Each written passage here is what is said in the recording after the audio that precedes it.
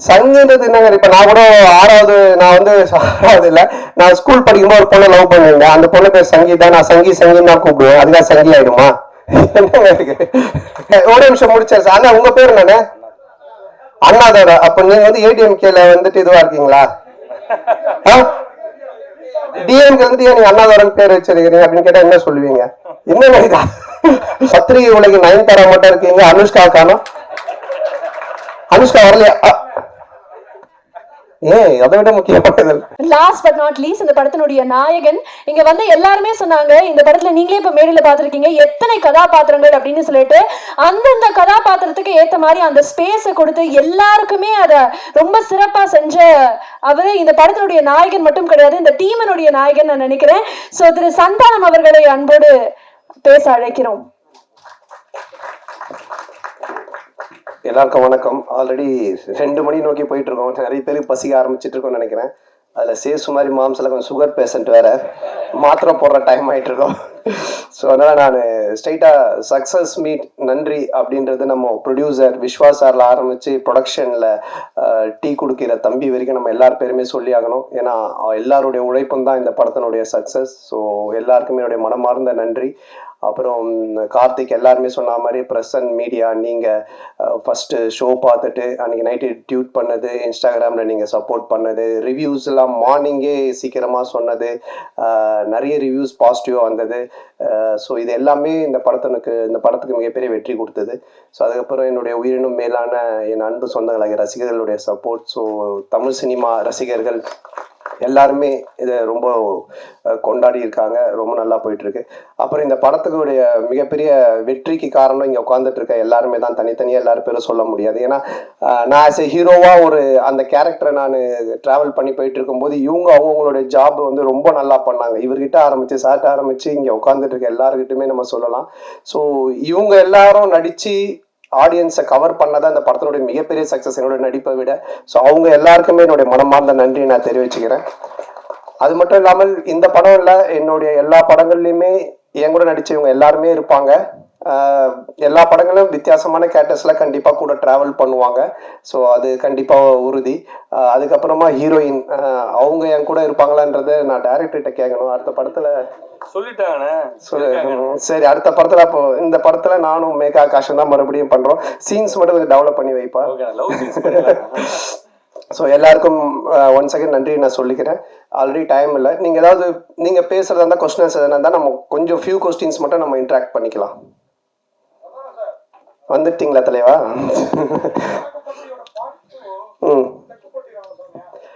இல்ல தெற்குப்பட்டி தென்ராசு அப்படின்னு சொல்லி நாங்க ஒண்ணு யோசிச்சு வச்சிருந்தோம். ஆக்சுவலா வடக்குப்பட்டியில இருந்து அந்த சைடு போயிட்டோன்னு. பட் இப்போ அதை விட வேற ஒரு ப்ராஜெக்ட் போயிட்டு இருக்கிறதுனால இது கண்டிப்பா பண்ணுவோம்.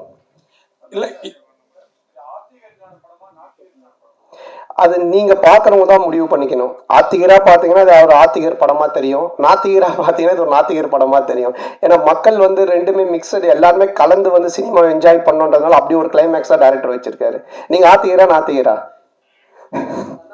அப்ப சாமி படம் தான். சந்தானம் சார் அதே மாதிரி ஹீரோயின் உங்க படம் எல்லாத்துலயுமே பிரமாதமா இருப்பாங்க, இந்த படத்துலயும் பிரமாதமா இருக்காங்க. ஆனா அவங்களோட ஒரு நல்ல ஒரு டூயட்டோ இல்ல லவ் சீனோ இல்ல. அதை கேட்டீங்க. அடுத்த படத்துல இந்த படத்துல காமெடி எல்லாமே எக்ஸ்ட்ரானரி ஜனரஞ்சகமா பிரமாதமா இருந்தது. அந்த விஷயம் எங்களோட அந்த ஃபீலிங்கும் இல்ல. உங்களுக்கு இது நான் எழுதி கொடுத்து கேட்ட மாதிரியே இருக்கும். யாருன்னா பார்த்தாங்கன்னா இவன் மனசுல இருக்கிறதெல்லாம் அவங்க இல்ல. இப்போ நான் சொல்றேன், இந்த காஸ்டியூமும் இந்த ஹேர் ஸ்டைலும் வேற யாராவது போட்டு வந்தாங்கன்னா நன்னு படத்துல வர பேய் மாதிரிதான் இருப்பாங்க. ஆனா அவங்கள பாருங்க எவ்வளவு பியூட்டிஃபுல்லா இருக்காங்கன்னு. இவங்களோட எந்த சீனுமே இல்லதான். நான் தான் கேட்டேன் கார்த்திகிட்ட, இவனும் உங்களை பேர் தான் வச்சிருக்கேன், ஆனா இந்த ரசனை வர மாட்டேது, நான் என்ன பண்றது? அதனால அடுத்த படத்துல கண்டிப்பா வச்சிருக்காரு. கேட்டுங்க, அவங்க கேட்கறாங்க, நான் கேட்கலங்க.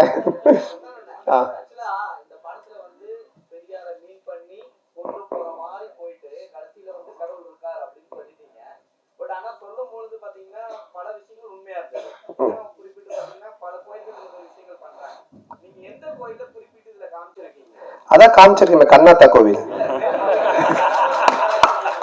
இல்ல நீ இந்த கொஸ்டினை வேற மாதிரி மீன் பண்ணி கொண்டு போற போல. அந்த மாதிரி எந்த கோவில் எதையுமே நம்ம இது பண்ணல.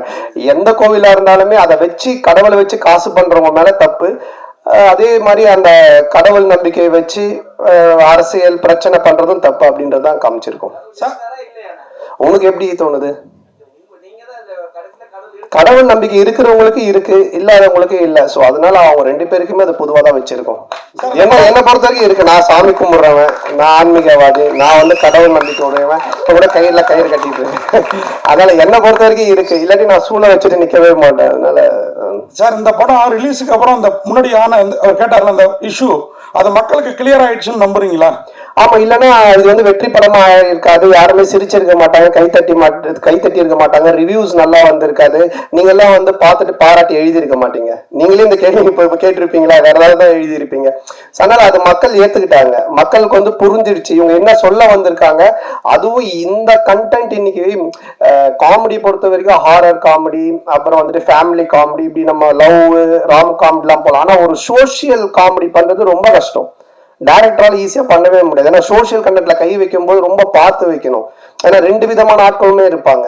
ஸோ அது ரொம்ப கார்த்திக் பியூட்டிஃபுல்லா ஹேண்டில் பண்ணனால 2 விதமான ஆடியன்ஸுமே என்ஜாய் பண்றாங்க. நாத்திகரும் என்ஜாய் பண்றாங்க, ஆத்திகரும் என்ஜாய் பண்றாங்க. ஸோ அதுக்கு உண்மையிலே டைரக்டர் தான் நம்ம பாராட்டு சொல்லணும். அதே மாதிரி கூல் சுரேஷ் இந்த கண்ணாடி நீங்க கொடுத்ததா தான் சொன்னாரு. அதுக்கு அந்த கருப்பு பெயிண்ட் அடிச்சிருக்கலாம்ல படத்துல. உண்மைதான். இதோட அந்த கண்ணாடி யாரும் யூஸ் பண்ண மாட்டாங்க. திருப்பி நீ வாங்கி யூஸ் பண்ணல பரத், பண்ண மாட்டேன்ல. அது அவன் அப்படிதான் பிக் பாஸ் ஒருத்தர்கிட்ட ஒரு ட்ரெஸ் வாங்கி வந்திருக்கான். அவங்க பேர்லாம் சொல்ல மறந்துட்டா, கண்ணாடி மட்டும் சொல்லிட்டா இவர்கிட்ட இருந்து வாங்கினேன்ட்டு. அவனை பத்தி நீங்க பேசினா பேசிக்கிட்டே இருக்கணும். அதுக்குதான் அவன் ஏதோ ஒன்று பண்றான், அதை கண்டுக்காதீங்க. அண்ணா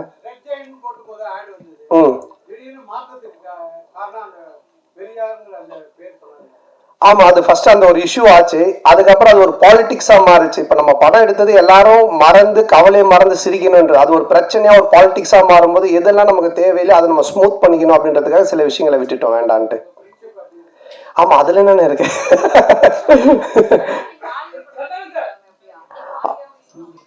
ஆமா ஆமா, அதுல ஒரு ஹீரோயின் கிடைச்சிட்டாங்க, இன்னொரு ஹீரோயின் மட்டும் கிடைக்கல. கொஞ்சம் அப்படியே பாத்துக்கிட்டு இருக்கோம். எங்க பத்திரிகை உலகின் நயன்தாரா மட்டும் இருக்கு, எங்க அனுஷ்கா காணோம்? அனுஷ்கா வரலையா? அதை விட முக்கியமானது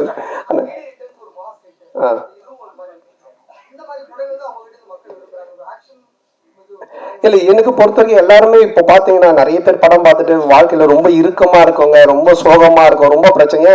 மேபி சைக்காட்டிக் டாக்டர் 2-3 பேர் எனக்கு அவங்க பேஷண்ட்ஸ்க்கு மெயினா இந்த ஷோஸ் எல்லாம் போட்டு காமிச்சிருக்காங்க. ஏன்னா இன்னைக்கு மக்கள் கிட்ட ரொம்ப இறுக்கம் தான் இருக்கு. எல்லாருமே முகத்துல ஒரு சோகம், ஒரு சந்தோஷமே இல்லை. அட்லீஸ்ட் நம்ம கடவுள் ஒரு விஷயத்த கொடுத்துருக்கேன். நான் என்னோட சின்ன வயசுல ஆரம்பிக்கும் போது என் கூட இருக்கிற எல்லாரும் நான் சிரிக்க வச்சுக்கிட்டே இருப்பேன். அது வந்து பாலாஜி அண்ணனோட சேர்ந்தேன். அப்ப அவர் வந்து பாப்பா என் கூட டிவியில் நடிப்பான்னு எனக்கு கூப்பிட்டு வந்தாரு. அப்புறம் அந்த காமெடி பார்த்துட்டு சிம்பு கூப்பிட்டு எனக்கு மன்மதன்ல சான்ஸ் கொடுத்தாரு. ஸோ என்னோட நோக்கம் எதுவா இருந்துச்சுன்னா என்னை சுத்தி இருக்கிறவங்க சந்தோஷமா வச்சுக்கணும், சிரிக்க வைக்கணும். அது கடவுள் எனக்கு ஒரு லைஃப் கொடுத்தாரு சினிமான்னு. அப்போ அதை நம்ம செய்யணும் அப்படின்றத என்னோட நோக்கமா இருக்கு. அதை நோக்கி தான் நான் போயிட்டு இருக்கேன். என்னோட படங்கள்னால நீங்க வந்து சிரிக்கலாம், கவலையை மறந்து என்ஜாய் பண்ணலாம். இது மட்டும் தான். சதன சார் இங்க பாருங்க, உங்களுக்கு லெஃப்ட். சொல்லுங்க சார். படம் ஃபுல்லா சூப்பரா இருக்கு. ஆனா வந்து கட் சீன் வந்து அதை விட நல்லா இருக்கு. நீங்க இல்லன்னு சொல்லிட்டு அது கட் பண்ணிட்டீங்களா, இல்ல வந்து டைரக்ட் பண்ண வேலையா? இல்ல என்னன்னா ஒரு ஃபுல் லென்த் பார்க்கும்போது உங்களுக்கு கதை நகர்ந்து போகும்போது சில சீன்ஸ் ரொம்ப காமெடியா போயிட்டு இருந்தாலும் கதைக்குள்ள போனா கொஞ்சம் லேக் ஆகும். அப்போ அதை வந்து எடிட்டர் எங்க எடிட்டர் சாரா அவர் கையில இருக்கு, எங்க கையில கிடையாது. அவரே வந்து கட் பண்ணிடுவாங்க. அதுக்கு தான் அவரு வேலையா கொடுத்து வச்சிருக்காங்க. இல்லைங்க இது காமெடி நல்லா இருக்கு, ஆனா பட் எங்க கதை கொஞ்சம் மிஸ் ஆகுதுன்னா அவர் கையில இருக்கு அந்த கத்திரி. சந்தானம் சார், அதே மாதிரி முன்னாடி எல்லாம் நீங்க ஹீரோவுக்கு நண்பரா வர்றப்போ கூட உங்களையே பார்த்துட்டு இருக்கணும்னு தோணும். இப்ப நீங்க ஹீரோ ஆன பிறகு உங்க கூட இருக்கிறாங்களா பிரசேஷ், மாறன், ரவி மரியா சார், கூல் சுரேஷ், இவங்களெல்லாம் அவங்களுக்கு ஸ்பேஸ் கொடுத்து நடிக்கிற மாதிரி தெரியுது. இந்த மாற்றம் எதனால, எப்பயில இருந்து நடந்தது? இல்லைன்னா இப்போ ஒரு காமெடின்னா அந்த காமெடி நடக்கிறதுக்கு மற்றவங்க சுத்தி இருக்கிறவங்க அதுக்கு ஆக்ட் பண்ணணும், அதுக்கு ஸ்பேஸ் தரணும். நானும் பேசுவோம் காமெடி, அவரும் பேசுவார், இவங்களும் பேசுவாங்கன்னா அது சண்டை மாதிரி ஆயிடும். அதனால நிறைய படத்துல நிறைய காமெடியன்ஸ் இருப்பாங்க, ஆனா காமெடி ஒர்க் அவுட் ஆகாது. என்ன ஆகுனா சண்டை மாதிரி ஆயிடும். என் மேல பஞ்சு முடியணும், இல்ல நான் தான் பஞ்சு பேசுவேன், அப்படி அது பண்ணக்கூடாது. அங்க ஒருத்தர் செட்டிலா பிளே பண்ணணும், மத்தவங்க அது யார் பண்றாங்களோ அவங்க கொஞ்சம் பண்ண வைக்கணும். அப்பதான் காமெடி ஒர்க் அவுட் ஆகும். ஸோ அதை நான் இந்த படத்துல பண்ணேன். இதுக்கு முன்னாடி இதுக்கப்புறம் வர படங்களே அதான் நான் பண்ணுவேன். என்னுடைய ரோல் நான் பண்ணிட்டு சுத்தி காமெடியன்ஸ் அவங்க என்ன பண்றாங்களோ அதுக்கு நம்ம ஸ்பேஸ் கொடுத்து ஒர்க் பண்றது. ஸோ இதுதான் காமெடியோட ஃபார்முலாவே. இப்ப நான் ஒண்ணு சொல்றேன்னா அதுக்கு நீங்க அமைதியா இருந்தாலும் சிரிப்பு வரும். நீங்களும் நானும் மாத்தி மாத்தி பேசிட்டு இருந்தா அப்படி இருக்கும். ஸோ அது அந்த ஒரு சதன சார், இப்ப ரஜினி சார் வந்து ஒரு விஷயம் சொன்னாங்க, சங்கின்னு விஷயம் சொன்னாங்க சார். யாருங்க?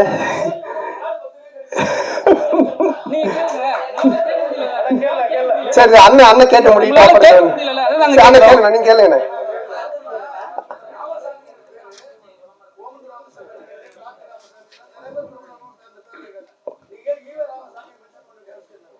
ஈவே ராமசாமி நம்ம எங்கேயும் மென்ஷன் பண்ணலன்னு இல்லண்ணா. படம் பாத்தீங்களா? படத்துல அந்த பையன்கிட்ட வந்துட்டு கடவுள் நம்பிக்கை இல்லைன்னு ஒண்ணு சொல்லுவாங்க அவங்க அம்மா. அதாவது சொல்ல கடவுள் இருக்காரான்னுவாங்க. நான் இவ்வளவு கஷ்டப்படுறோம் பானை செய்யறேன், நான் எப்படி கடவுளை நம்புறதுன்னு அவன் சொல்லுவான். அதுதான் அந்த கேரக்டர் கேட்பாரு, நம்ம ஜம்புலி ஜெகன் கேட்பாங்க. இது வந்துட்டு நம்ம வந்து இல்லைண்ணா இப்ப வந்துட்டு நீங்க குப்புசாமி கந்தசாமி என்ன பேர் வேணாலும் வைக்கலாம். நம்ம படத்துல ராமசாமி வடக்குப்பட்டி ராமசாமின்னு வச்சதுக்கு காரணம் என்னன்னா, டைரக்டர் வந்து கவுண்டமணி சாரோட ஃபேன், நானும் அவருடைய ஃபேன். டிக்கி லோனான்றது அவரோட டயலாக். அதே மாதிரி வடக்குப்பட்டி ராமசாமின்றது கவுண்டமணி சாரோட டயலாக். இதுக்கப்புறம் நானும் ஆர்யா நடிக்க போற படத்துக்கும் கவுண்டமணி சார் டயலாக் தான் வச்சிருக்காங்க. இதே இந்த ஒரு டயலாக் வராம இந்த நான் சொன்ன இந்த காரணங்கள்லாம் இல்லாமல் திடீர்னு நீங்க ராமசாமின்னு ஏன் வச்சீங்கன்னு கேட்டீங்கன்னா அது சரியா இருக்கும். அண்ணா ஒரு கொஸ்டின் தான் சொன்னீங்க, 4 கொஸ்டின் கேட்டுக்கிறீங்க சார். அண்ணா இங்க பாருங்க, அண்ணா இங்க பாருங்க. இல்ல அண்ணா ஒரு நிமிஷம் முடிச்சேன் சார். அண்ணா உங்க பேர் என்னண்ணே? அண்ணாதோட. அப்ப நீங்க வந்து ஏடிஎம்கேல வந்துட்டு இதுவா இருக்கீங்களா? டிஎம்கே வந்து ஏன் நீங்க அண்ணாதோரன் பேர் வச்சிருக்கீங்க அப்படின்னு கேட்டா என்ன சொல்லுவீங்க? என்னண்ணா இது? அடுத்த கொஸ்டின். அண்ணா சோசியல் மீடியால வந்து சங்கின் வந்து ஒரு பெரிய ஆக்டர் சொல்லியிருந்தாங்க. அதுக்கப்புறம் நீ அந்த ஈவேரா மேட்டர் எடுத்துன்னு வந்து உங்களையும் வந்து சங்கின்னு சொன்னாங்க. அதுக்கு ஏதாவது பதில் இருக்கா உங்களுக்கு? சங்கின்றது என்னங்க? இப்ப நான் கூட 6வது இல்ல, நான் ஸ்கூல் படிக்கும்போது ஒரு பொண்ணை லவ் பண்ணிருந்தேன். அந்த பொண்ணு பேர் சங்கீதா. நான் சங்கின்னு தான் கூப்பிடுவேன். அதுக்காக சங்கி ஆயிடுமா? Next okay sir. அதே டயத்துல இப்போ ஒரு கேள்வி. நேர்கள் ரவி சார் பேசுறப்போ வடக்குப்பட்டி ராமசாமிக்கு சலாம் போடுங்கன்னாரு. லால் சலாம் ரிலீஸ் ஆயிருக்கு, அடுத்த வாரத்தை நோக்கி போறதுனால அந்த டயலாக யூஸ் பண்ணாரா தெரியலீங்களா? சார் தான் கேட்கணும் அவர் என்ன மீனிங்ல சொன்னார் அப்படின்னு சொல்லிட்டு. ஆனா ஏதாவது முடிச்ச லாஸ்ட் கொஸ்டினா?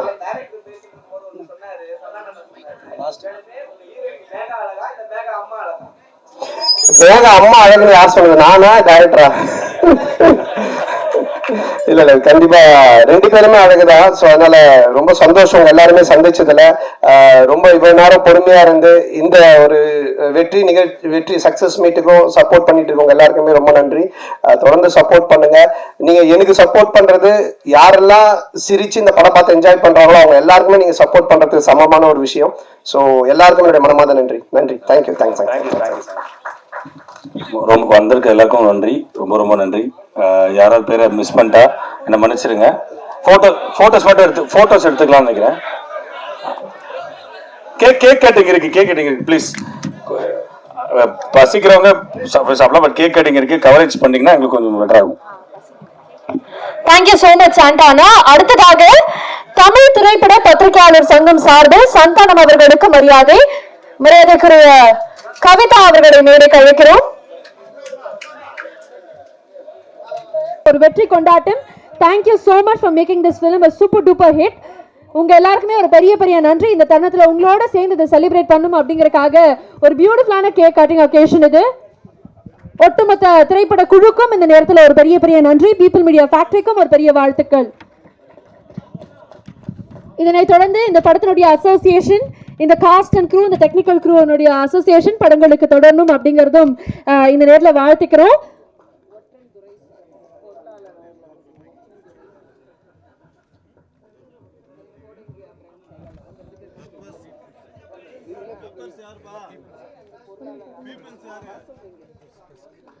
அடுத்ததாக பொருளாளர் ஒற்றன் துரைசரை மேடைக்கு அழைக்கிறோம்.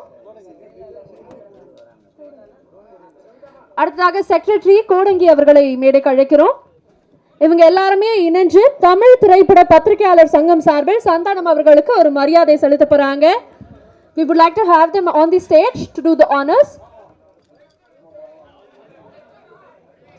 We request the press and media friends to kindly remain seated.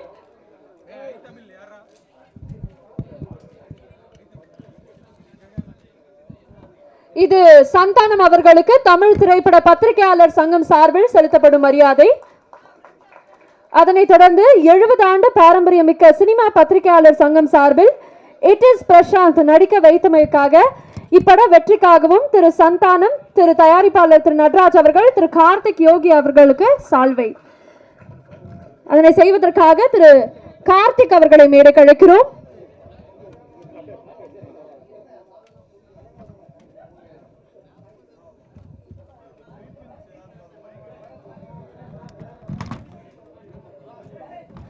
Requesting the cast and crew to remain seated for the picture and requesting the press and media friends to kindly remain seated.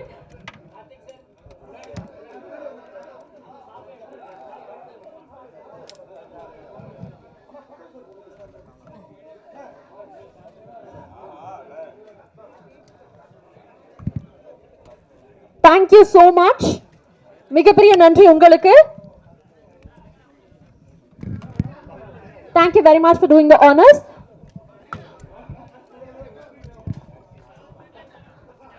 அடுத்ததாக வடக்குப்பட்டி ராமசாமி, இந்த படம் நடக்கிறதுக்கு ஒரு முக்கியமான காரணம் இந்த படத்தினுடைய நாயகன் சந்தானம் அவர்கள். அவர்களுக்கு மரியாதை செலுத்துமாறு திரு கார்த்திக் யோகி அவர்களையும் திரு நடராஜ் அவர்களையும் கேட்டுக்கொள்கிறோம்.